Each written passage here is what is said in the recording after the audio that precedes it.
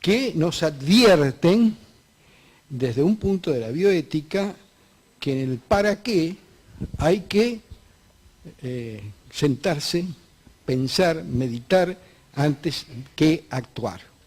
Así que la presentación de... Muy bien. También en apretada, en sumaria síntesis, me toca ahora presentar al rabino doctor Fernando Fischel Slagen. El rabino Slagen ha sido ordenado en Smihat Jajamín, es decir, magna cum laude,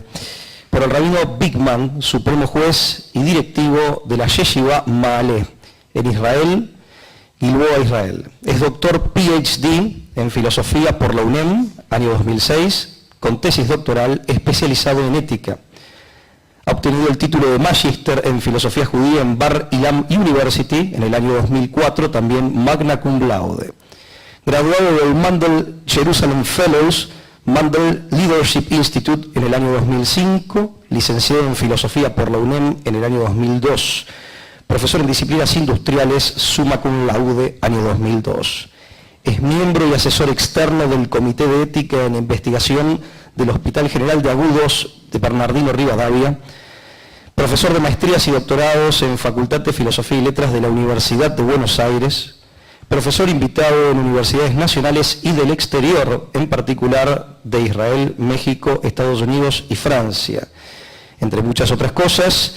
el rabino Slagen es el autor de más de 40 trabajos científicos publicados, entre los cuales podemos citar Judaísmo y filosofía de la objeción, Suicidio y eutanasia en la filosofía occidental y en lo normativo filosófico judío. Rabino, el público es suyo. Muchas gracias. Muy buenas tardes. En principio les agradezco a todos por haberse quedado ya a estas horas. Quiero agradecerle muy especialmente al doctor Celoria por la invitación a este muy importante congreso y creo único simposio en antropología médica, de hecho. Y por supuesto mi agradecimiento también a todas las autoridades de la institución y de la fundación. El tema, como bien se ha presentado, que voy a abordar sintéticamente y tratando de ser lo más claramente posible, es respecto de la bioética y algunos errores fundamentales que se cometen al tratar por sobre todo los más acuciantes dos temas, que es el tema del aborto y el tema de la eutanasia. Ahora, dos son las cuestiones básicas por las cuales se puede comenzar a abordar el tema y la contribución del judaísmo a las actuales problemáticas bioéticas del aborto y la eutanasia. Y estas cuestiones son respecto de dos temas. El primero es ¿qué es la vida? ¿Y cuál es el estatus de humano?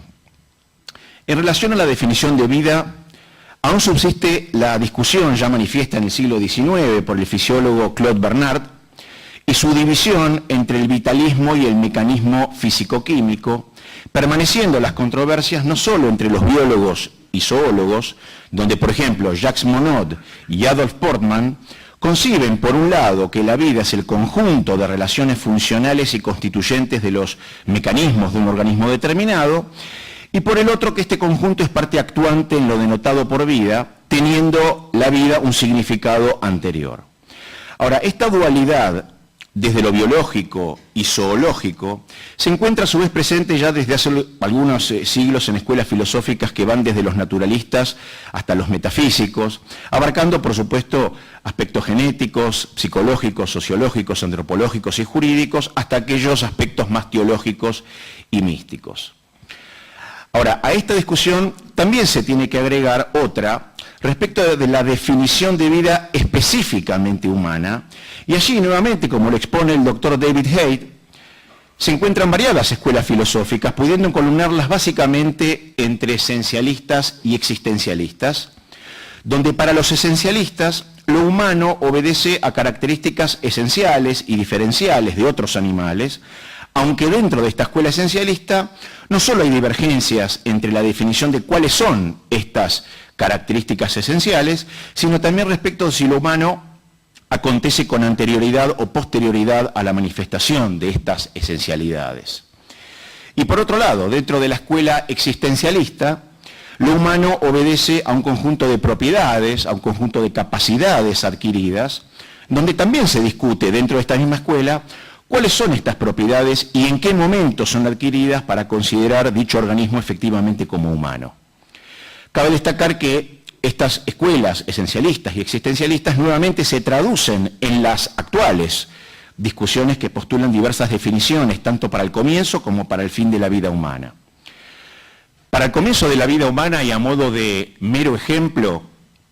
actualmente y tan solo desde lo biológico hay más de 20 definiciones distintas, las cuales según Scott Gilbert en su excepcional tratado Biological Development, abarcan un rango comprendido entre el cigoto, como la unión de dos gametos, hasta aquellas tesituras que afirman dicho instante al nacer, e incluso otros que postulan recién el comienzo de la vida humana, recién ante la adquisición de conciencia de sí mismo y de autonomía. Dentro de este inmenso rango, también se encuentran otras posturas que argumentan la inexistencia de un instante natural determinado para tal definición, sino más bien un proceso continuo, implementándose en el transcurso de 10 a 22 horas, dependiendo, por supuesto, de las etapas contempladas en la formación del cigoto. Otros también establecen para la definición de vida humana el momento de la gastrulación, otros el reconocimiento de actividad cerebral o su completa organogénesis, otros a partir del desarrollo del tálamo y la integración del sistema nervioso, así como también otros lo establecen a partir de la manifestación de completos rasgos antropomórficos, maduración orgánica, desarrollo de sus extremidades con movimientos independientes, etcétera, etcétera. Y si a ello encima le adicionamos otras perspectivas como la antropológica, la social, tenemos posturas que incluso identifican vida humana con persona jurídica, reconociéndola no solo al momento del nacimiento, sino incluso posteriormente, y tal como lo dijimos y lo considera el doctor Peter Singer en Australia y ahora en la Universidad de Oxford, que él recién considera al ser humano como tal cuando es un organismo que posee conciencia de sí mismo, a partir de los 3-4 años, básicamente. Mismas consideraciones se toman también para las diversas definiciones del fin de la vida humana, donde desde lo biológico se postulan básicamente el paro cardiorrespiratorio definitivo, o bien la muerte cerebral o muerte encefálica, aunque otros, tal como lo he mencionado, consideran desde lo existencial determinadas cualidades o capacidades propias y diferenciales humanas en pos de determinar el fin de su vida como tal y en función del sentido que se le da a la vida humana. Es decir, hay posiciones bastante extremas que definen la vida humana en función de determinar el fin o no de esta, en función del significado axiológico o utilitario, más allá del funcionamiento orgánico biológico. Ahora vamos a ver algunos ejemplos.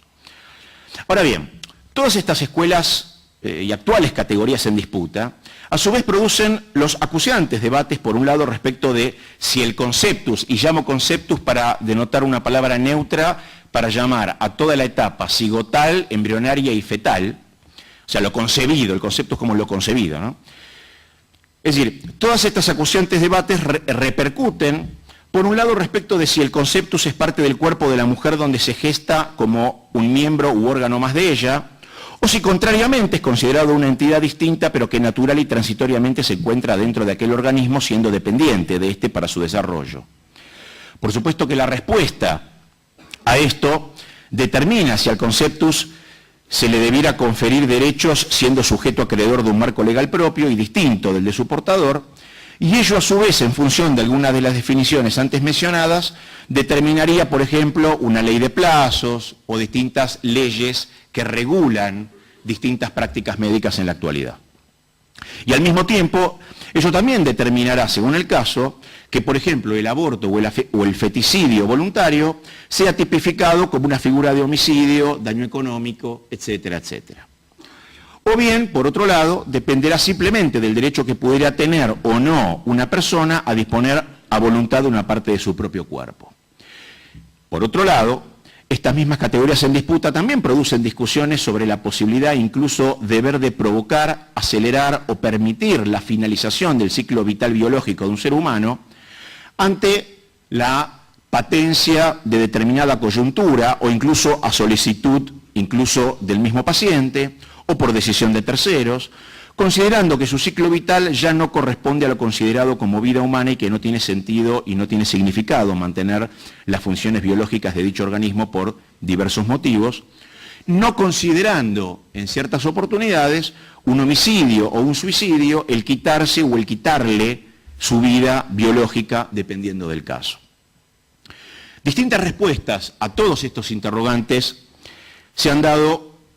conforme a las diversas prácticas culturales desde la antigüedad y hasta la contemporaneidad.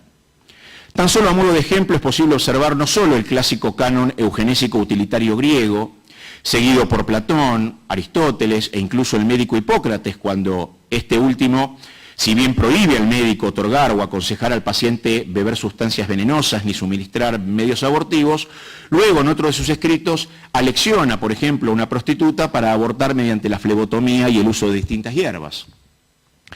En el caso, por ejemplo, de la filosofía romana, entre los siglos -1 y el siglo II, tanto Ovidio, Juvenal, Diocrisóstomo, Aulogelio y Ulpiano, entre muchos otros, dan cuenta de la absoluta permisión abortiva de entonces y también infanticidio, por diversas razones e incluso para resguardar la belleza estética de la mujer evitando el progreso de su embarazo. El mismo Cicerón, Tulio Cicerón, el gran jurista romano, aprueba no solo el aborto, sino también el infanticidio en caso de deformaciones o mutilaciones,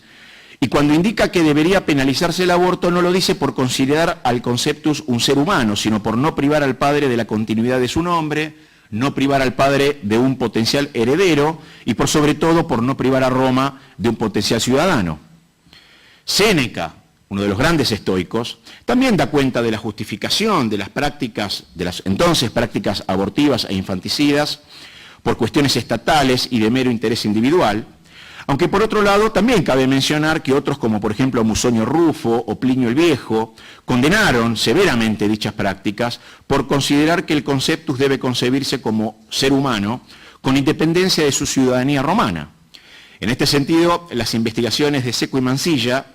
aportan evidencias por las cuales el Estado romano debía eventualmente intervenir por la ingente cantidad de abortos e infanticidios practicados, sancionando temporariamente dicha práctica.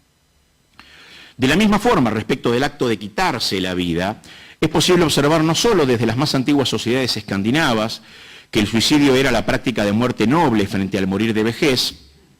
o en los nómades escitas, para quienes matarse era un honor antes que vivir bajo los cuidados y el transporte a cargo de otros, y por supuesto los distintos y básicamente 5 significados que tuvo la palabra eutanasia en la civilización clásica. Me estoy refiriendo los griegos, los helenos y una gran parte de los romanos, en donde el primero, por eutanasia, se entendía el morir gloriosamente, predicado de una nobleza guerrera, o bien el morir honorablemente con acciones que acrediten mérito frente a una sociedad, por sobre todo aplicado a la muerte en guerras, la muerte militar. El segundo sentido de la palabra eutanasia era el morir oportunamente o en función de un canon o criterio utilitario. El tercer significado con el que se usó la palabra eutanasia fue el morir luego de una vida plena y realizada. El cuarto fue el morir virtuosamente, significando que el individuo asume su muerte como algo propio de la naturaleza. Y por último, el quinto era morir sin sufrimientos. El hedonismo, por ejemplo, abogaba y llamaba a la eutanasia la muerte prematura frente al impedimento de los propios placeres juveniles o padecimientos de afecciones y pesares propios de la vejez, y así como, por ejemplo, poetas tales como Esquilo, Sófocles y Eurípides prestaban anuencia a darse muerte a sí mismo por padecimientos de males, tanto físicos como psíquicos o emocionales, que hayan sido permanentes, justificando la asistencia de un tercero para que lo asista en quitarse por sí mismo la vida. Aunque por otro lado también cabe mencionar a, por ejemplo, Pitágoras, quien se opone al suicidio por considerarlo un crimen contra la armonía universal al terminar con la vida del ser humano de forma anticipada. Platón, en una línea similar a Pitágoras, considera el suicidio como un sinónimo de pereza y de vicio, aunque Platón sí permite el quitarse la vida el quitarse la vida por razones utilitarias, sociopolíticas, por ejemplo, cuando se lo recomienda a los criminales. Su discípulo Aristóteles explícitamente afirma desde lo moral que el suicidio responde a la carencia de valentía por enfrentar lo penoso, por escapar y no enfrentar al mal, siendo aquel acto un signo de la antinobleza o antivirtuosismo, y que traspolado al dominio legal, para Aristóteles el suicida comete un acto de injusticia para con la sociedad y para con la polis. Epicuro, por ejemplo,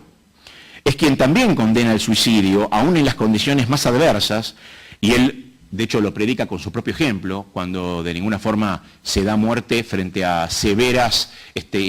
afecciones intestinales, de las cuales termina falleciendo. E incluso él dice que ante las más terminales afecciones que pueda tener el ser humano y que pueda padecer un sujeto, aun cuando de hecho hayan razonables motivos para cometer suicidio, no se debería quitarse la vida por sus propios medios. Y por otro lado, los estoicos también consideraban el suicidio la puerta siempre abierta, cuando, la frase que ellos siempre usaban,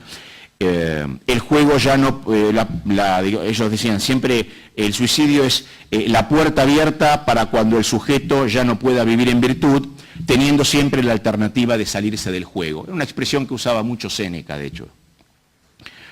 No obstante, el significado de eutanasia como la muerte por piedad o por motivos benevolentes recién aparece con Francis Bacon en el siglo XVII, que es el significado actual.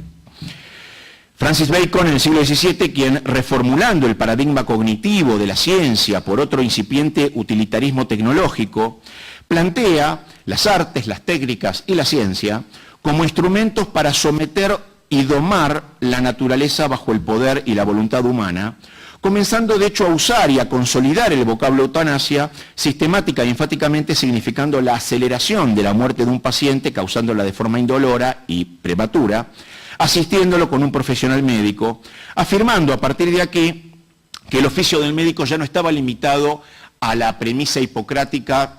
de resguardar la salud del paciente, la vida del paciente, y en casos que la medicina no puede hacerlo, no intervenir y dejar que la patología siga su curso natural hasta su fallecimiento normal, sino que Francis Bacon directamente aboga por ahora el intervencionismo médico para acelerar esa muerte, provocándola de forma indolora. A lo que él llama muerte justa o muerte humanitaria. Dicho significado y permisión del suicidio ya establecido con la palabra eutanasia en el sentido moderno por Francis Bacon, es seguido por el clérigo John Donne,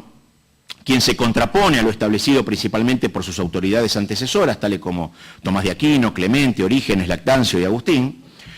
Luego también seguido por David Hume,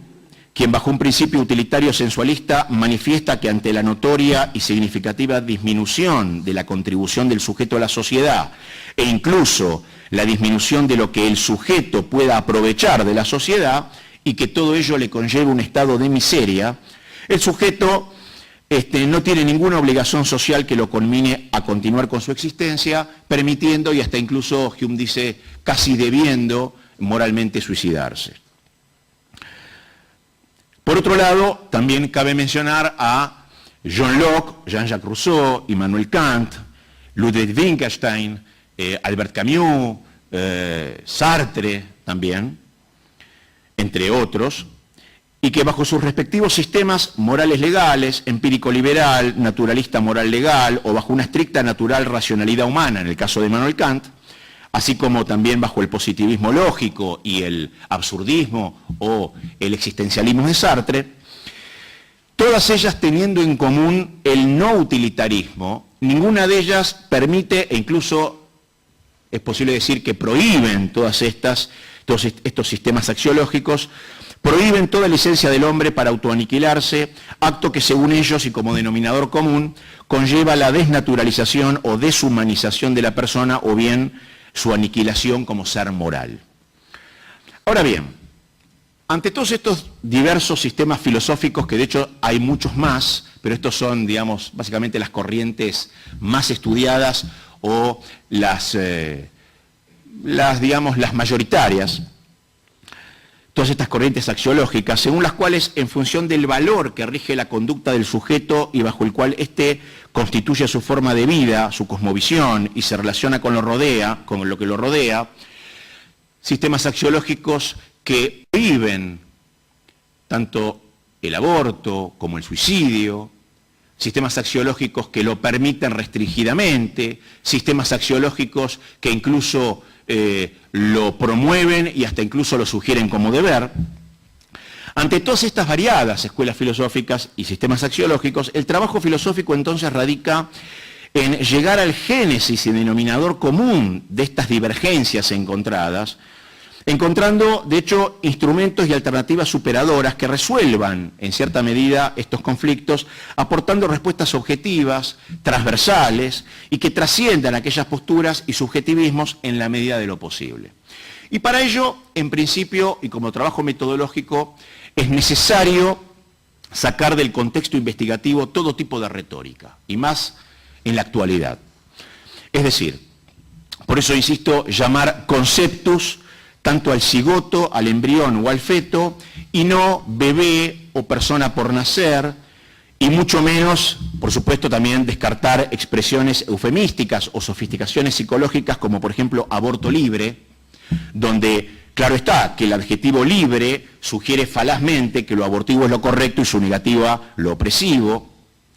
o expresiones tan populares como, por ejemplo, eutanasia prenatal o eutanasia neonatal,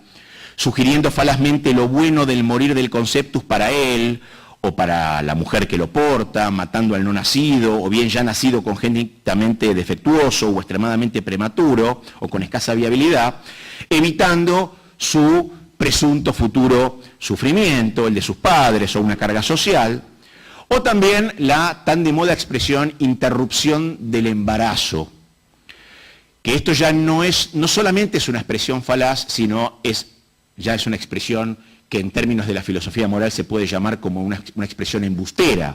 ¿Por qué? Porque presupone una continuidad mediante otro embarazo, por el verbo interrumpir, presupone una continuidad, omitiendo que la muerte del conceptus es irreversible, y de hecho es una expresión que si lo traspolamos a otra disciplina, podemos ver lo absurdo, porque es como decir que el aguillotinamiento de una persona no la mata, sino que simplemente interrumpe el flujo sanguíneo al cerebro, digamos, ¿no? Por ello, la expresión objetiva para la petición del aborto, como hoy se da, no solamente en Argentina, sino en el mundo entero, el aborto legal por interés o deseo de la embarazada y o terceros, es como dicen los americanos, abortion on demand, aborto a demanda. Siendo importante atender al poder manipulador de los dichos y de los lemas que conquistan lugares en las explicaciones populares, porque luego devienen en ideologías, luego de las ideologías estas se constituyen en programas políticos y los programas políticos finalizan en la sanción de leyes. Lo mismo puede aplicarse cuando en la actualidad se denomina, por ejemplo, eutanasia social a la eliminación activa o pasiva de quien se considere afecte la evolución social, o cuando se denomina con la expresión eutanasia criminal para eliminar a aquellos considerados socialmente peligrosos y justificar prácticas médicas de laboratorio con personas que están privadas de su libertad, o por ejemplo expresiones como eutanasia solidaria para justificar el matar a unos para salvar a otros, o la actual tan en boga eutanasia económica para eliminar a todo a quien se destine recursos excesivos sin una rentabilidad adecuada. Esta expresión se usa mucho en Europa para jubilados y para gente que necesita subsidios. Se usa la expresión eutanasia económica. Resulta aquí, por supuesto, evidente el uso operativo de la palabra eutanasia para justificar prácticas o políticas homicidas, atribuyéndoles un carácter beneficioso o superador para el destinatario o para la sociedad, según el caso, pero que a menudo ocultan una desaprensión moral, evitando costos, dificultades y privaciones, consecuencia de las atenciones, cuidados y dedicación que requiere quien padece de ciertas afecciones o carestías. Ahora, una vez descartado y analizando el problema bioético con un lenguaje neutral y de forma académica y objetiva, respecto de si el conceptus es o no una persona, hace falta enfatizar que el estatus de persona es un estatus jurídico y no científico. Frente a muchas personas que hablan que la ciencia demuestra que se es persona, la ciencia no puede demostrar nunca nada que esté relacionado con la persona, porque la persona es un estatus jurídico, es una categoría jurídica, no es una categoría científica. Y por eso la ley judía también posee la categoría de persona, tipificada y mencionada en hebreo con la palabra nefesh, y aplicada a todo sujeto de deber preceptual, es decir, sobre el que recaen los preceptos, y que adquiere esta personería jurídica solo al nacer en término y o poseer viabilidad. Sin embargo, la falta de dicho estatus por parte del conceptus no otorga ningún tipo de potestad sobre este. En variados ámbitos de la ley judía, por ejemplo, tanto el cultual, el económico, el sucesorio, se acciona o se omite permitiendo u obligando a transgredir ciertos preceptos para no obstaculizar el normal desarrollo del conceptus y en favor de su vida y bienestar. Incluso ante la muerte culposa del feto por un accidente, que se considera un daño económico, rigen ciertos preceptos en lo mortuorio para con el conceptus, tal como para la persona. Y esto obedece a que las ya mencionadas diversas definiciones de vida y su comienzo, ya sea por la concepción, gastrulación, actividad cerebral, organogénesis, antropomorfismo, etcétera, etcétera, solo se distinguen en grado, pero no en naturaleza, siendo fenotípicas y en función de las etapas madurativas del conceptus. Pero en el judaísmo, y sin necesidad de definir la vida humana, se la reconoce con la expresión Mishat Pekidah, que quiere decir desde el momento de la concepción. ¿Por qué? Porque todas estas diferencias madurativas del conceptus, como dije, son fenotípicas, pero no son genotípicas. Es decir, son fenomenológicas cuyo sustrato es el genotipo. Y se reconoce al genotipo como tal, más allá de su maduración temporal, biológica, que sucede a lo largo de toda su vida biológica hasta la ancianidad, de hecho. Y este reconocimiento se da más allá que para ciertas leyes, por ejemplo, sacerdotales, hasta el 40º día postconcepción, el conceptus es considerado legalmente bajo la expresión aramea Maya Bealma, que quiere decir meramente agua, y un día después se lo considera legalmente como simiente o como descendencia, denotando su entonces visión gestacional y posible gravidez de la mujer, dado su atraso de su ciclo menstrual, pero de ninguna manera afirmando que no sea un ser humano vivo. Es decir, cuando se expresa que es Maya Bealma, meramente agua, se expresa una entonces visión gestacional, estamos hablando de hace más de 2500 años, pero de ninguna forma, y las leyes así lo comprueban, indica esa expresión que no se esté tratando de un ser humano vivo, y ahora vamos a ver por qué. De manera similar, la estipulación del embarazo, por ejemplo, a partir del 3er mes de gestación, es en función de su discernibilidad y para arreglar ciertas leyes relativas a la mujer en dicho estado, y no debido a que no lo estuvieron durante aquellos 3 meses anteriores. Y así en el judaísmo, desde la concepción y hasta la ancianidad, y muerte, por supuesto, hay un proceso continuo de vida humana, no existiendo un punto de inflexión objetivo y racional en lo ontológico de ser humano, debido al propio genotipo del conceptus, más allá de su evolución fenotípica. De hecho, como dije, la evolución fenotípica continúa en la infancia, adolescencia, adultez y ancianidad, sin que a nadie se le ocurra matar a alguien por ser perjudicial a los intereses de otro, en función de alguna de estas etapas madurativas, predicando que el infante es menos humano que el adolescente menos humano que el adulto, y el adulto menos humano que el anciano, o viceversa. En otras palabras, siendo sin duda el cigoto humano un organismo vivo, aun cuando no tenga la imagen de lo reconocido como humano, lo tendrá, y acá este adverbio es fundamental, lo tendrá necesariamente en algunas semanas sin poder devenir en ninguna otra cosa que en ello, a menos que sea destruido, forzado desde afuera, y siendo tal necesidad, siendo ese carácter de necesario, es decir, que el cigoto humano no puede devenir en otra cosa que en eso, siendo esa necesidad la que hace del cigoto un ser humano vivo no potencial, sino actual,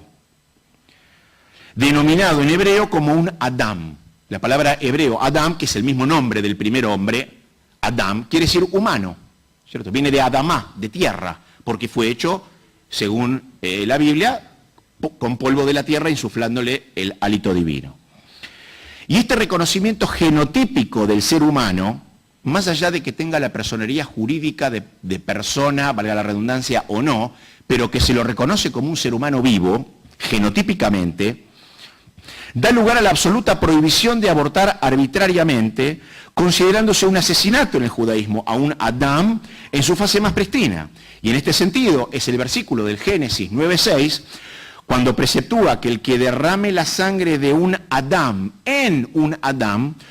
su sangre será derramada. Es decir, dice literalmente, el que derrame la sangre de un humano en un humano, su sangre será derramada. Y esto el Talmud lo interpreta como un humano dentro de un humano que es una mujer embarazada. Es decir, lo considera humano, más allá de que sea o no una personería jurídica, dado que, por supuesto, mientras que no nazca, él no está obligado a cumplir ningún precepto, porque de hecho no puede. En la secularidad pasa algo similar. Digamos, el ser humano puede llegar a ser persona jurídica y portador obligado en función de sus deberes y obligaciones políticas y civiles, económicas, una vez que tiene posibilidad de accionar. Si no, digamos, no tiene sentido predicar de ello una persona jurídica. Pero eso no quiere decir que no sea ser humano. Justamente, este versículo refiere precisamente a un ser humano dentro de otro y más allá de su categoría jurídica de persona. De esta manera aquí aplica en términos generales la reiterada prohibición del no asesinarás, tanto en Éxodo 20:13 y en el Deuteronomio 5:17, mandamiento postulado que no solamente rige en el judaísmo, sino también en la cultura secular, dado que los padres del contractualismo social bajo el cual hoy vivimos, y estoy hablando de Thomas Hobbes, John Locke y Jean-Jacques Rousseau, ninguno de los tres judíos, como para evitar herir susceptibilidades, y de hecho no se podría decir ni siquiera que Rousseau era una persona religiosa, pero toman este postulado de no asesinarás para construir sus respectivas teorías estatales seculares. Luego, lo indicado por este postulado es absolutamente compatible con la secularidad, demostrando que matar arbitrariamente a un ser humano que no amenaza la vida de otro, basándose en criterios fenoménicos, madurativos, o en alguna semana post-concepción, resulta antojadizo y carece de fundamento racional, carece de fundamento científico y carece de fundamento moral, dado que ontológicamente, como ser humano vivo, nada cambia entre cualquiera de estas semanas de concepción, la siguiente o la anterior. Me refiero, por sobre todo, a la ley de plazos, ¿no es cierto? Dice, hasta la semana 22 sí, hasta la semana 24 sí. Ontológicamente no cambia absolutamente nada en el conceptus antes de la semana 22, la semana 23, la semana 25, 5 minutos antes de nacer o 10 minutos antes de nacer. Sí, cambia por ahí su maduración, o sea, cambia su estado fenotípico, cómo se muestra, pero genotípicamente es un ser humano de la misma forma, como cigoto o hasta los 120 años de edad.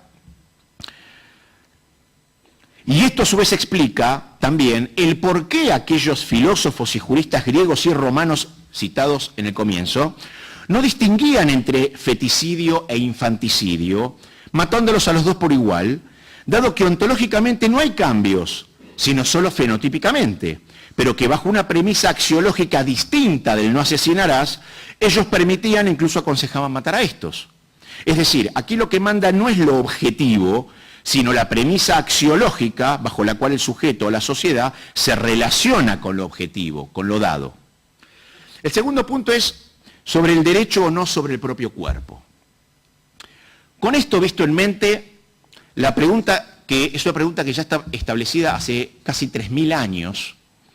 sobre si el conceptus es o no parte de los órganos de la mujer,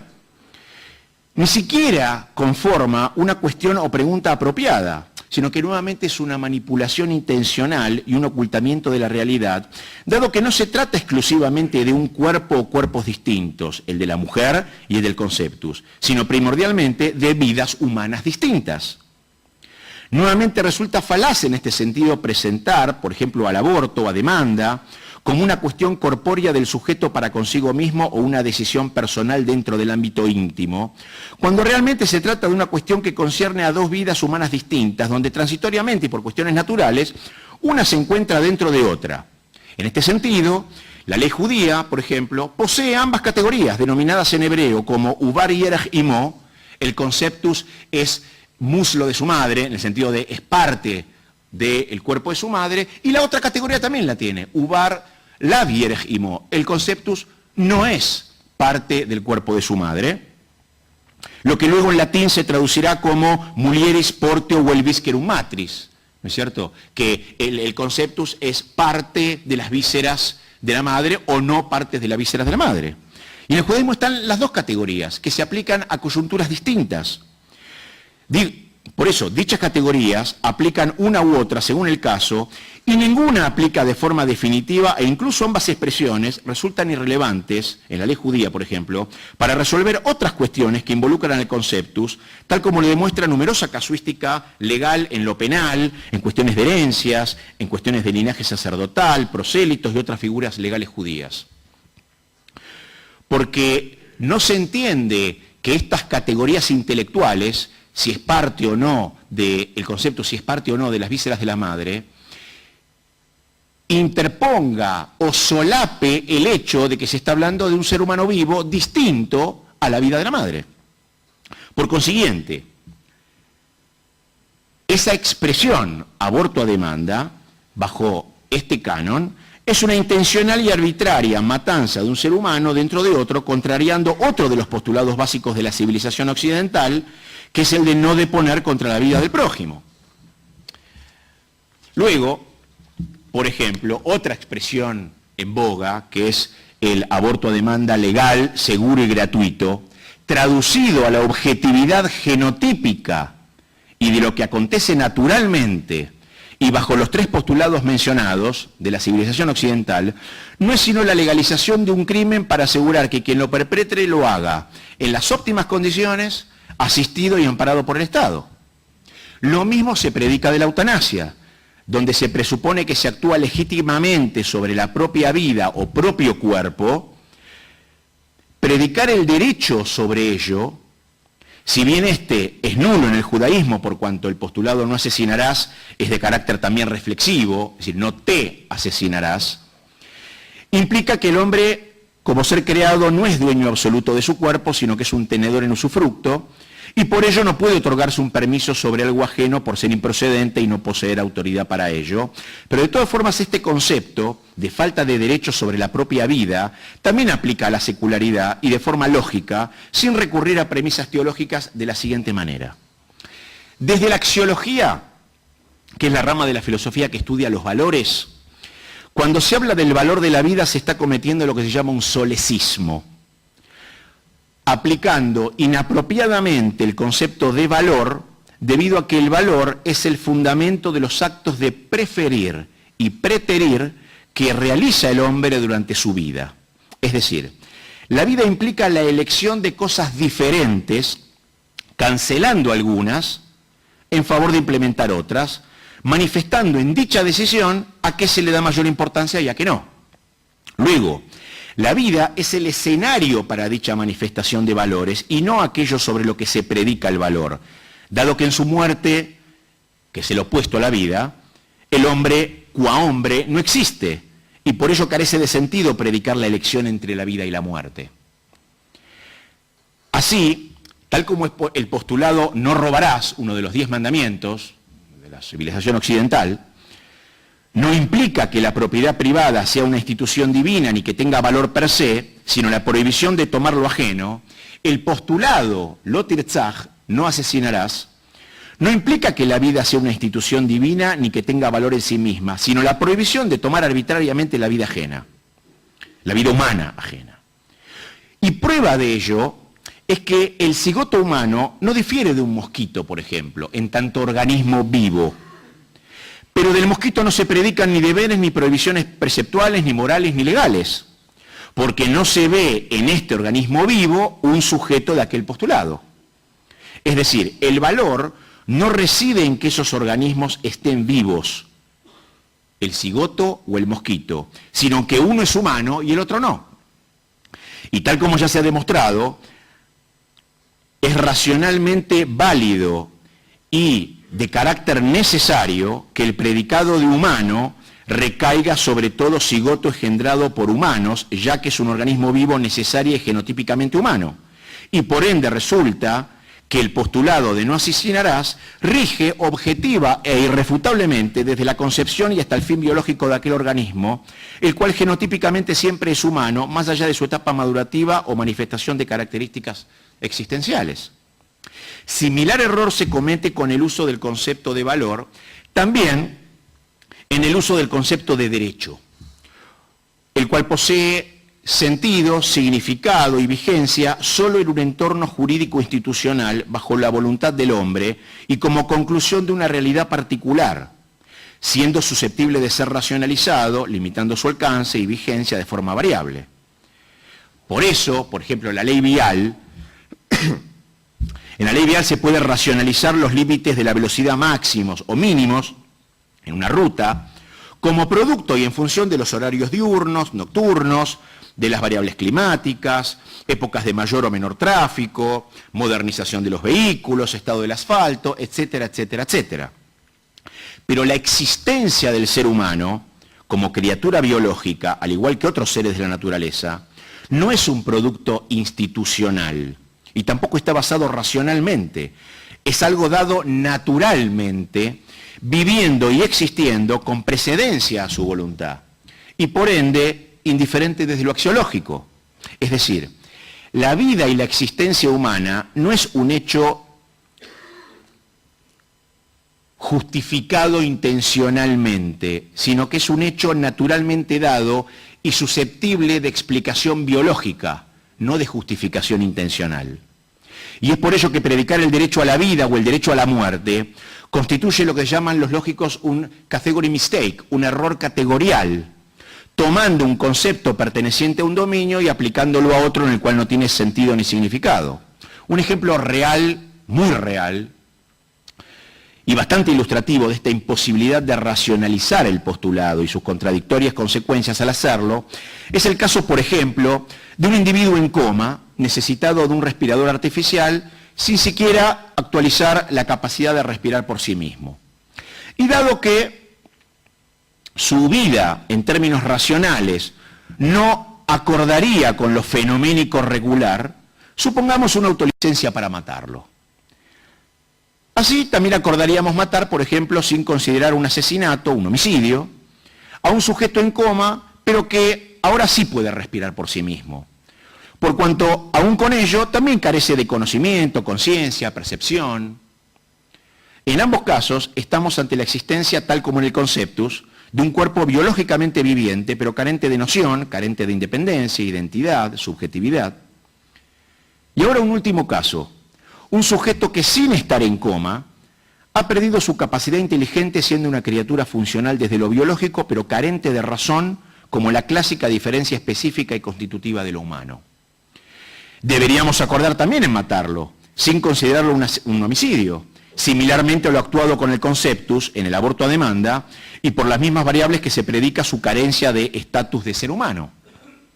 La pregunta crucial se reitera, ¿dónde está el límite?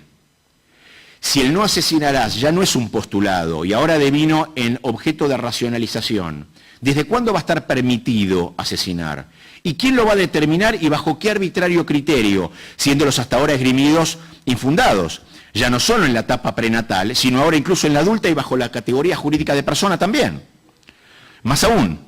¿cuál sería el juicio, por ejemplo, para un niño con serias minusvalías mentales de nacimiento? También él, de hecho, es carente de lo constitutivo del carácter humano, aun cuando desde lo biológico es un ser humano vivo, e incluso se lo puede agravar más si consideramos que este niño, minusválido mental, carece de conciencia de su propia existencia. Tendríamos que permitirnos matarlo también. Aquí es posible observar nuevamente que no hay diferencia entre el ser humano nacido o no nacido. Ser humano no nacido, que tampoco tiene actualizados aquellos elementos constitutivos del carácter humano u otras variables mencionadas, pero a diferencia de los anteriores, Este ser humano vivo, aún no nacido, sí tiene el potencial de actualizarlos conforme avance las etapas de su natural desarrollo, cosa que no puede predicarse de los anteriores patológicos, llegando a la lógica conclusión de que habría mayor derecho o racionalidad para matar a un niño minusválido mental que a un feto. Racionalmente válido y un argumento racionalmente válido, pero absurdo. Nuevamente, se observa que de racionalizar el postulado, no asesinarás, no habría ninguna razón para no matar en los casos mencionados e incluso cometer el ya mencionado infanticidio, como otrora tampoco se racionalizaba el postulado que así lo permitía. Y aquí resulta nuevamente patente que lo determinante no es lo objetivo, sino la postura axiológica que se tiene respecto de lo objetivo. De hecho, en la modernidad, una consecuencia lógica de esta perspectiva de significatividad de la vida humana se expresa mediante la omnímoda y conocida expresión calidad de vida. Calidad de vida que a su vez determina la consecuente diferencia entre la vida meritoria de ser vivida y la que no es meritoria de ser vivida. La vida que vale la pena continuar y la vida que no vale la pena continuar. Pudiendo entonces, bajo esta perspectiva, dictaminar respecto de las ya mencionadas diversas formas eutanásicas, neonatales y sociales, incluidas en el actual canon eugenésico. Recuerdo simplemente que hace tan solo 60 años, lo actuado por el mismo Adolf Hitler, y tal como es harto sabido, mediante la organización llamada Action T4, bajo este mismo criterio de significatividad en función de la calidad de vida, en este caso dada por la capacidad racional o la capacidad física, asesinó entre 200.000 y 250.000 enfermos mentales y discapacitados físicos entre 1939 y 1945, no necesariamente judíos, cristianos ni comunistas, arios puros, por considerarlos vidas sin significado, sin cuantía y que no valían la pena, y desde ya tampoco costear su mantenimiento ni para sus familias ni para el Estado. Y aquí resulta importante destacar que en cada sistema axiológico que no ha reconocido en la historia el postulado de no asesinarás, desde los antiguos sumerios y hasta el presente, siempre se encubrieron otros intereses alegando que la muerte provocada a quien padece la disfunción, según el principio axiológico impuesto, es por cuestión de dignidad, de compasión, de piedad o de misericordia hacia el sujeto en cuestión, incluso cuando se trate de un caso bastante común en el presente, donde un paciente se encuentra en estado comatoso o vegetativo, caso en el cual los argumentos de piedad y dignidad claramente no recaen sobre él, aun cuando permanentemente se los quiere dilgar a éste, sino sobre quienes están a cargo de él y en beneficio de ellos, en pos de liberarse de las angustias, tribulaciones, pesadez física y espiritual de dicha situación, poniendo de manifiesto así no solo el deseo de despojarse de toda responsabilidad, sino también de lo peligroso de dichas formulaciones y de dichos criterios. Ahora bien, este error de predicar el derecho a la vida o el derecho a la muerte, basado en que la vida y la muerte no son productos institucionales ni justificados intencionalmente, sino productos naturales con explicación biológica y no justificados intencionalmente, más la imposibilidad de racionalizar el postulado no asesinarás, sin incurrir en su propia transgresión, este error también ocurre cuando se desea diferenciar entre la acción y la omisión a la hora de terminar con la vida humana. Desde la perspectiva filosófica moral, siempre que haya una relación relevante entre quien omite y quien padece la omisión, así como entre quien actúa y quien padece de la acción, más el carácter consciente, deliberado y con conocimiento de causas y consecuencias por parte del omitente, permitiendo, provocando la muerte prematura del paciente, dicha omisión, en tanto decisión de no actuar, es habiente de carácter intencional, por lo que consecuentemente conlleva una responsabilidad moral, siendo esta responsabilidad similar a quien provoca la muerte con una acción directa, dado que siempre la intención es la de terminar prematuramente con la vida del paciente o bien permitir de forma relevante aquel anticipado final. Es decir, la acción o la omisión no constituyen justificativos del acto de quitarle la vida a un tercero o de quitarse la vida a uno mismo, sino formas distintas de hacer lo mismo, pero no su justificación. ¿Por qué? Porque desde la propia filosofía moral, más allá de que yo omita o actúe, si la intención es con esa omisión o con esa acción acelerar y matar prematuramente a una persona o matarme a mí mismo prematuramente, al tener esa intención ya es sujeto de responsabilidad moral.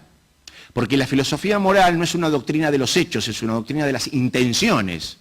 Lo otro constituye la forma en que yo implemento esa intención, cómo yo procedo para llevar a cabo esa intención, si es por omisión o es por acción. De otra forma, no se penalizaría legalmente el abandono de persona, porque el sujeto no hace nada, simplemente omite. No se penalizaría, por ejemplo, que un sujeto teniendo una inyección de insulina omita darle insulina a un diabético y éste muera por coma diabético. Y él no hizo nada.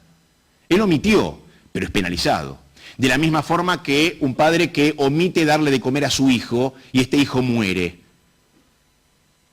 Es penalizado. Pero el padre puede decir, no, yo omití, yo no le di veneno, yo omití. Bueno, la omisión, dado que la intención, si es que se demuestra que la intención fue matar a esa persona, es tan responsable moralmente como si hubiera actuado directamente sobre esa persona. Ahora, ¿en qué se basa el descubrir la responsabilidad moral ante la acción o la omisión que es indiferente? En si la mayoría de las formas de su proceder eran o no relevantes para causar ese hecho. Si la gran mayoría de las formas en que yo podía proceder no podía evitar que ese hecho sucediera tal como sucedió, entonces yo estoy librado de responsabilidad moral. No así lo contrario. Más allá de si mi proceder haya sido por omisión o por acción. En términos concretos, es absoluta la responsabilidad que recae sobre el médico, por ejemplo, u otro tercero, como todo sujeto de responsabilidad moral, ante, por ejemplo, la eutanasia pasiva o todo tipo de omisión intencional para que el paciente muera prematuramente, teniendo los medios para evitar dicha muerte prematura y con conocimiento de causas, alternativas y consecuencias. Es por ello, por ejemplo, que en la ley judía, desde antiguo, define al suicida como el adulto que se da muerte manifiesta, intencional y conscientemente por propia iniciativa y no hace ningún tipo de referencia al móvil de aquella intención. Y por supuesto prohibiéndolo, ¿no es cierto? Por ello, por ejemplo, al fumador que muere por cáncer pulmonar no se lo considera un suicida, porque la intención de él al fumar no era matarse. Ahora bien, en la secularidad, la definición de suicida es casi idéntica, porque se define, y la define literalmente, el suicidio estoy hablando no patológico, obviamente, ¿no es cierto?, sino como una decisión. Acción u omisión consciente y por propia iniciativa en la que el sujeto pone intencionalmente fin a su vida por sí mismo con asistencia de terceros. Luego, dado que hoy el derecho a la eutanasia expresa la facultad legal para darse muerte prematuramente de forma indolora y por compasión o decoro personal, evitando un excesivo sufrimiento o para impedir el de otros, incluyendo también la asistencia de terceros, resulta claro desde la propia definición que se trata de un derecho al suicidio, y más aún, la indulgencia por la coautoría, participación o complicidad en un homicidio. Esto es, no solo el suicidio está prohibido, sino que el suicidio asistido donde un tercero interviene en la implementación de la muerte del suicida es considerado tanto bajo el judaísmo como un homicidio, así como en la secularidad implica un problema ético y moral mayor al del suicidio, encontrándose incluso penado por ley, hoy mismo. Nuevamente, el postulado no asesinarás, y de hecho el no deponer contra la vida de tu prójimo, se traducen en la secularidad como la no existencia de una diferencia moral entre ambas eutanasias, pasiva o activa, dado que siempre, por acción u omisión, hay decisión e intención de matar prematuramente a alguien que no amenaza de muerte a otro. En el judaísmo, el omitir, curar o salvar al otro, y a raíz de ello ese otro murió, se lo considera un homicida. Y tiene la pena como si fuera un homicida. Nuevamente por lo mismo, porque la omisión o la acción son formas de implementar o de llevar a cabo procederes para llevar a cabo la intención, pero lo que se mide es la intención. Es decir, no son justificativos. Y en términos seculares, por ejemplo, el moribundo es una persona con plenitud de derechos, de la misma forma que en la ley judía. El moribundo, más allá del estado terminal en que se encuentre, es una persona jurídica y a la cual no tiene ningún tipo de reducción en su tipificación somática, de la misma forma que en la secularidad, por situación patológica en la que se encuentre, ese ser humano es una persona y está protegida por ley. Es decir, en este caso, no hay merma del deber preceptual por tipificación somática o secularmente, en términos seculares, existe la misma responsabilidad moral en la acción y omisión cuando hay decisión de matar y aquellas son relevantes para provocar, acelerar o no impedir la muerte prematura de alguien. No obstante, y siguiendo rigurosamente esta línea de objetividad, existe, es verdad, la problemática de dilatar tecnológicamente un proceso agónico incursionando en lo que se llama hoy encarnizamiento terapéutico. Mortificando, por supuesto, artificialmente al paciente, cuestión prohibida en el judaísmo y también inmoral desde la secularidad. Ahora, estas dos restricciones, tanto el suicidio como el encarnizamiento terapéutico, pero sin la posibilidad de transgredir una u otra, son las que precisamente abren una alternativa para la conducta que salvaguarde no solo para el paciente, en caso de que sea judío, una muerte de acuerdo a la ley judía,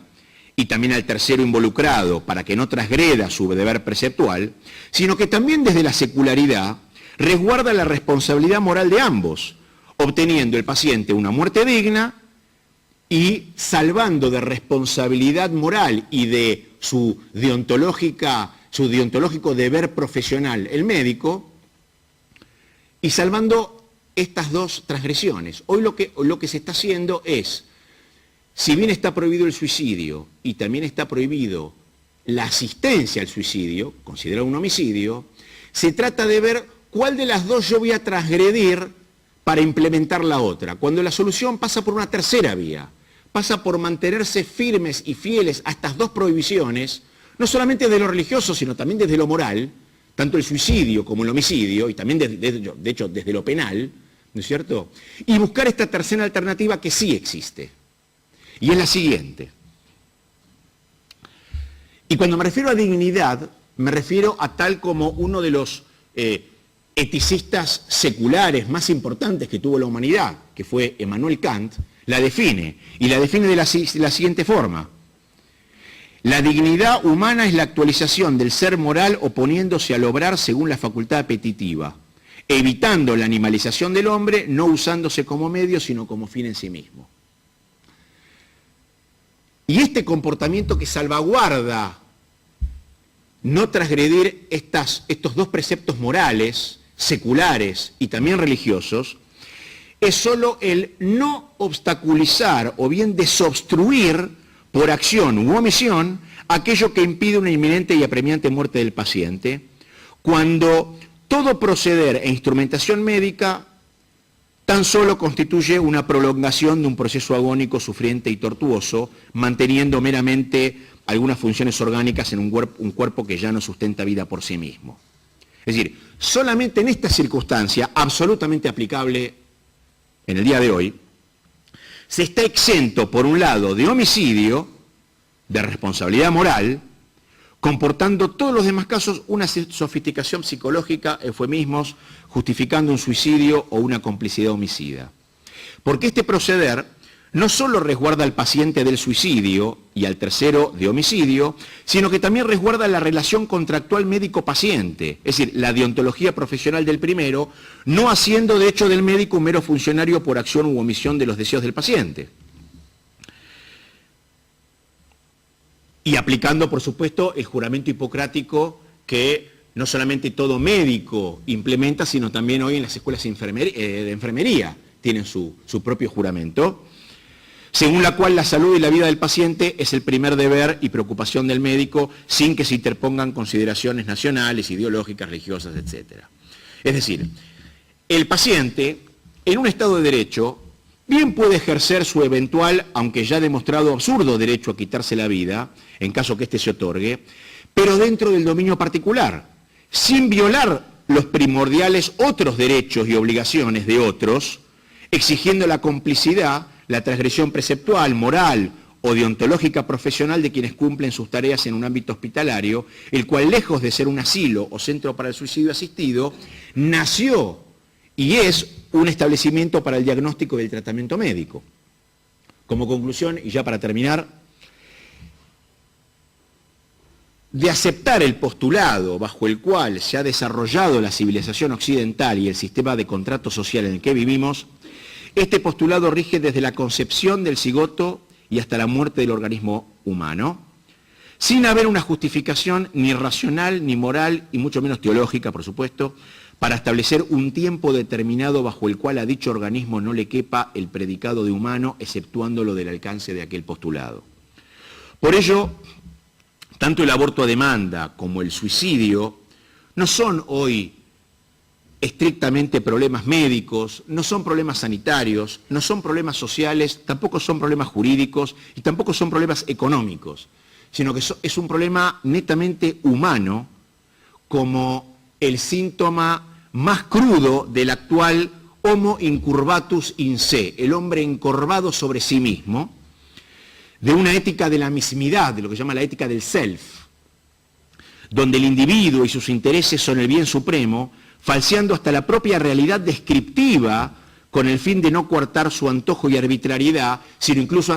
que incluso los quiere legalizar.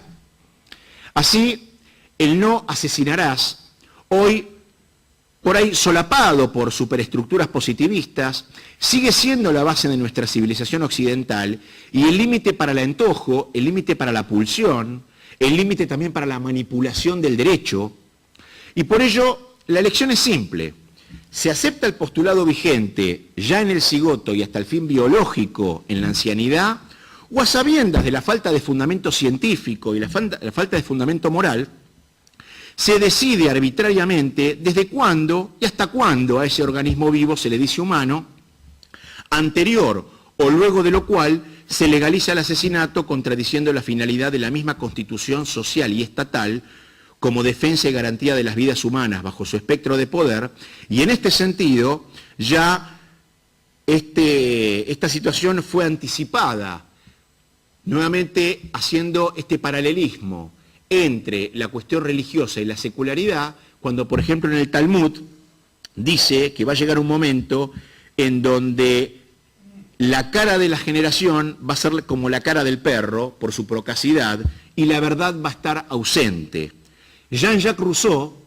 dice literalmente en su Nueva Loísa: desde el momento que la violencia de la pasión prevalezca sobre el horror del crimen, en el deseo del mal también se va a encontrar un derecho. Muchas gracias.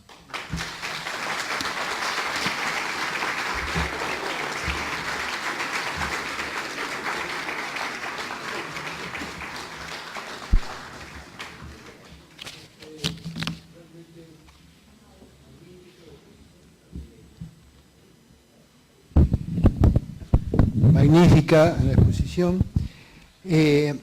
Yo lo que quería aportar, ya desde el punto de vista científico, no desde el punto de vista ni filosófico, moral, ni nada, algunos elementos que sirven para ayudar a discernir este problema. En primer lugar, a cualquiera de ustedes, sea médico o no médico, si ustedes tienen una infección con un parásito, cualquiera, de paludismo, cualquier parásito, ¿qué dice? Que el parásito está en mi cuerpo, ¿no es cierto? Pero no es parte de mi cuerpo. Tanto no es parte de mi cuerpo que el sistema inmunológico trata de rechazarlo. Entonces, el argumento científico para decir que el concepto en cualquier etapa no es parte del cuerpo de la madre, sino que está en el cuerpo de la madre, es que precisamente para que pueda seguir existiendo se desarrolla el mecanismo de tolerancia inmunológica.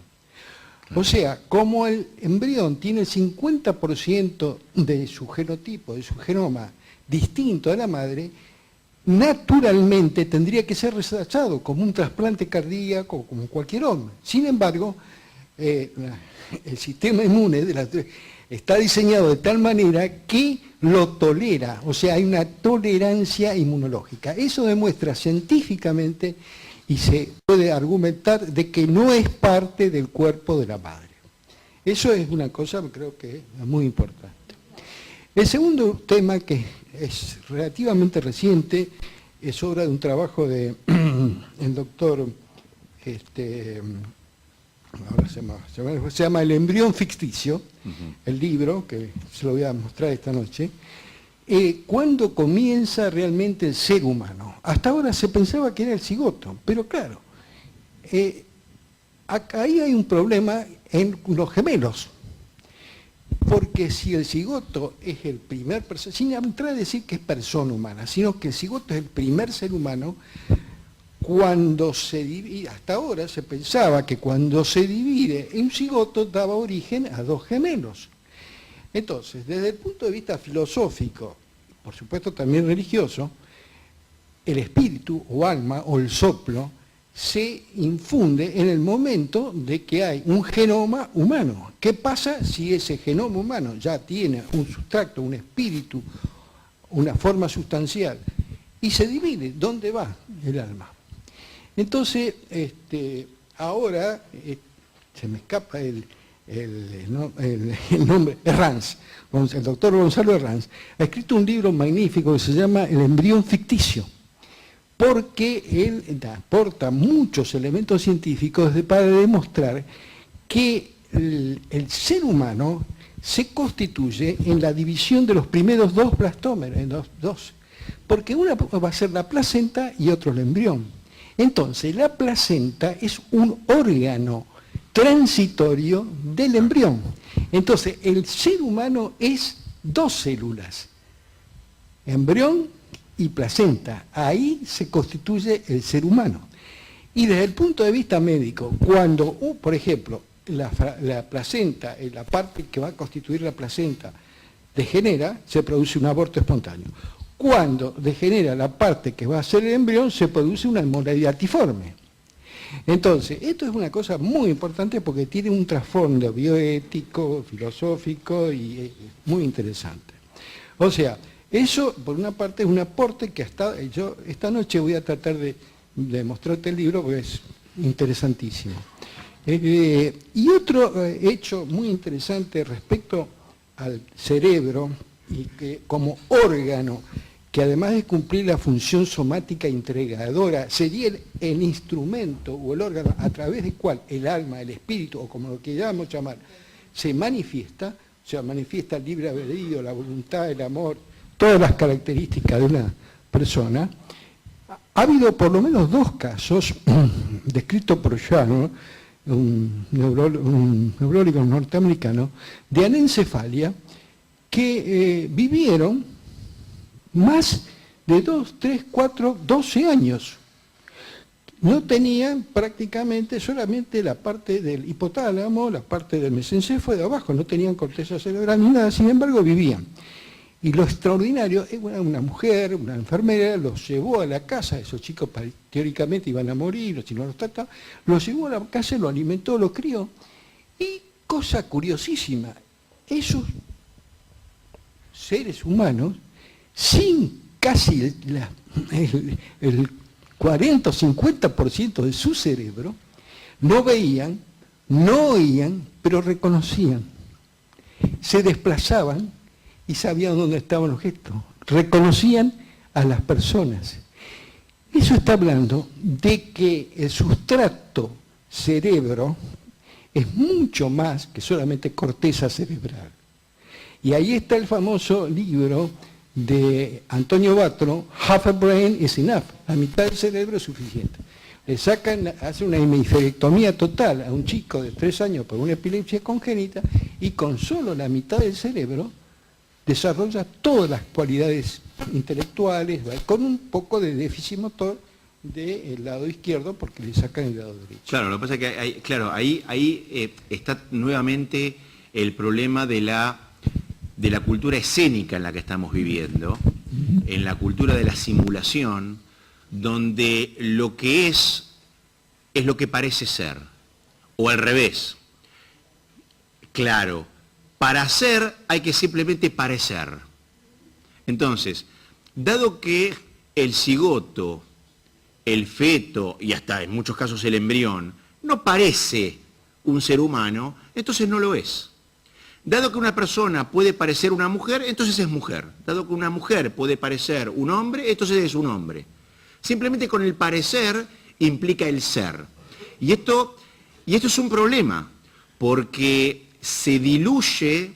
y se esfuma la propia categoría del ser, sino que el ser es simplemente un espectáculo, lo que se ve, lo fenoménico. Entonces, vamos a regirnos por lo fenotípico, entonces vamos a plantear cuándo se es humano o cuándo no se es humano en función de su fenotipicidad. Y esta persona está en cama, respira o no respira, pero no tiene conciencia, no tiene estímulo, y bueno, por ahí ya no es humano. O esta persona todavía no nació, y si nació tiene estas serias minusvalías, y por ahí esto ya no es humano, porque no parece o no aparenta ser humano de acuerdo a una regularidad canónica, axiológica, que según quién la determina y según el paradigma axiológico que se determine. Claro está, y ya directamente en términos concretos, en este tipo de criterio, en Holanda, yo acá cito, de hecho, el propio protocolo de Holanda, cuando el senador socialista Edward Brongersman, en 1988, él estaba absolutamente sano, no tenía ninguna patología, no era un enfermo terminal de ningún tipo de patología, absolutamente sano. Dijo así: yo he solicitado a las autoridades y he logrado ser finalizado, siendo un octogenario, no estando enfermo ni deprimido, sino por cuanto simplemente estaba cansado de vivir. Y dado que en Holanda, él mismo lo dice, dado que en Holanda hoy se dejan morir por la llamada eutanasia neonatal bajo el protocolo de Groening, a unos 300 bebés al año nacidos, pero con minusvalías o graves defectos físicos, se los deja morir directamente. No estamos hablando de un aborto, estamos hablando de un infanticidio directamente. Y hay una creciente cantidad de casos en los cuales se niega la implementación de marcapasos a mayores de 75 años. Pido que con el mismo criterio se me dé la posibilidad para practicarme este tipo de eutanasia. Y lo logró, porque de hecho las autoridades le permitieron que vaya a un hospital y los médicos lo asistan directamente para suicidarse. Más aún, en Holanda, esto directamente por el Ministerio de Salud de Holanda, de 1995 a 1998 bajó notablemente la inversión en cuidados paliativos, dado que tratar el dolor con cuidados paliativos siempre era más caro que acelerar o provocar por acción u omisión la muerte prematura del paciente. Solo a partir de 1998 Holanda invirtió en cuidados paliativos,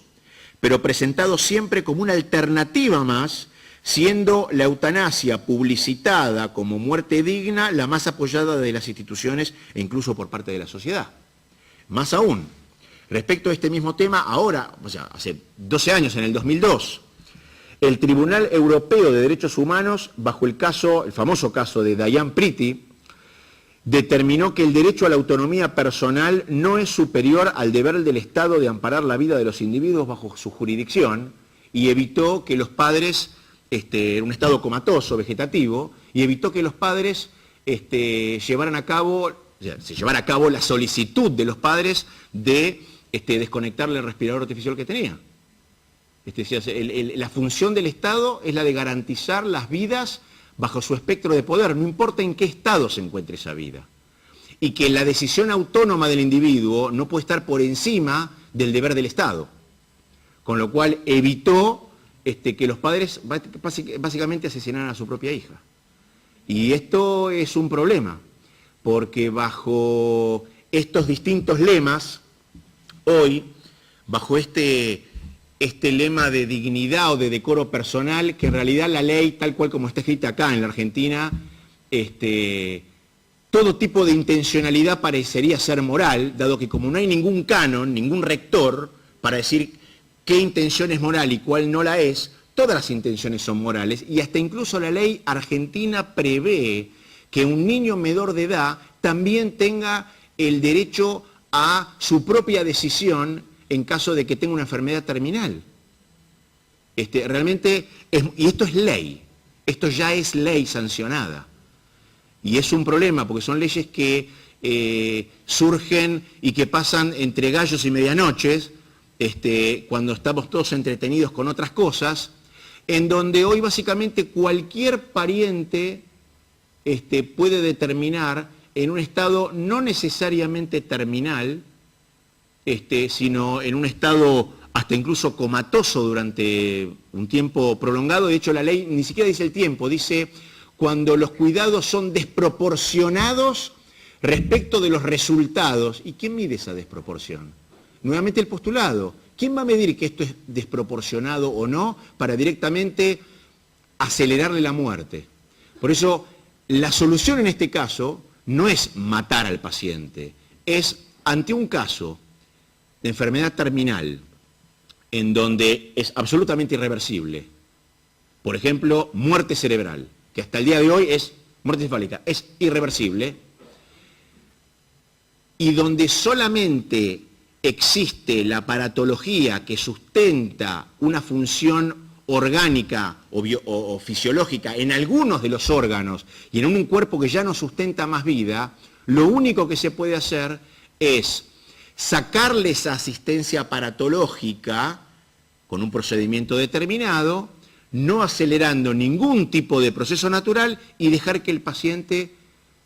naturalmente su patología lo lleve a su desenlace. Y así el paciente no se suicida, por más que él dé la directiva anticipada, que básicamente es lo mismo. Obliga al médico o al tercero a transgredir un derecho que él tiene,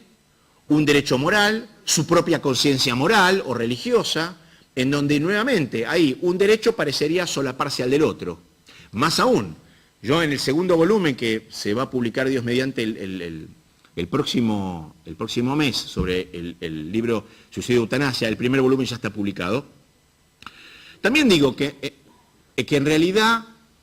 el darle ese derecho, como hace la ley hoy, para un paciente terminal, de decir, bueno, yo quiero ser asistido por un profesional médico para acelerar mi propia muerte de forma indolora, es discriminador, porque le tendría que dar la posibilidad a cualquier otro, como al senador Brongersma. Es realmente discriminador desde el punto de vista de la ley antidiscriminación, ¿por qué no se lo da a cualquiera? O sea, si ya vamos a racionalizar el postulado no asesinarás, bueno, no discriminemos, ¿no es cierto? Por eso todas estas leyes no tienen ningún fundamento racional, científico ni moral, son antojadizas, en función de un canon arbitrario que la gran mayoría de las veces sirven por cuestiones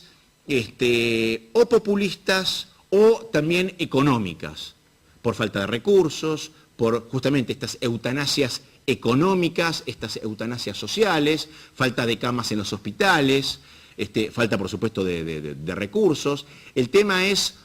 que seamos conscientes de que si legalizamos un crimen a partir de una determinada edad de un organismo biológico, o luego de una determinada edad o estadio de un organismo biológico, por lo menos llamemos a las cosas como son. No llamemos, por ejemplo, interrupción del embarazo, llamemos aborto a demanda. En eso los americanos son mucho más sinceros, ¿no es cierto? Y en vez de llamar eutanasia, llamemos suicidio o suicidio asistido.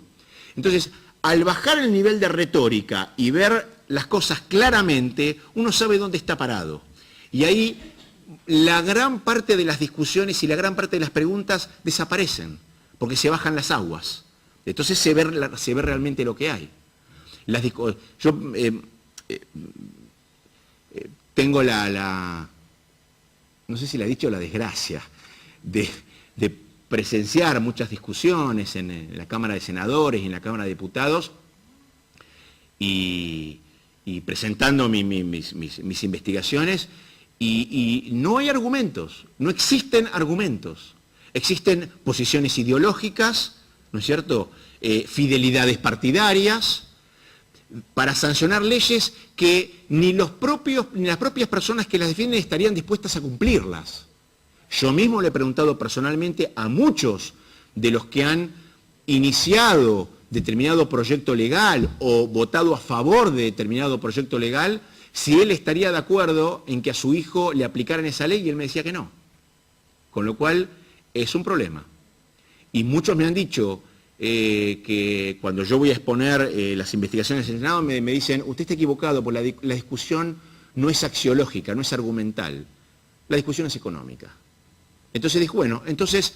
sincerémonos, veamos quién tiene más lobby, quién tiene más poder económico y votemos la ley en función de eso. Pero no perdamos tiempo argumentando y exponiendo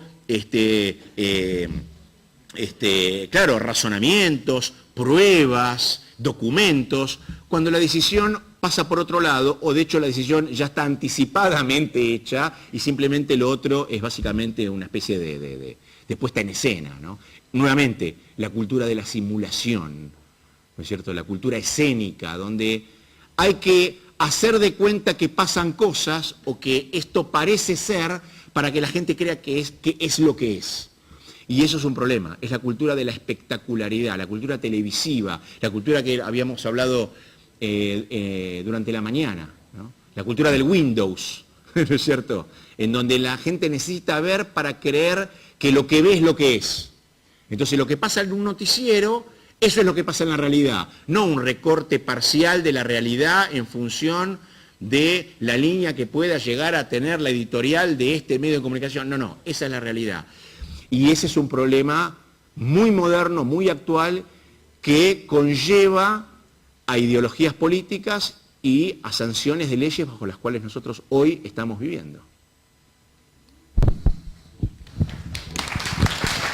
Muchas gracias.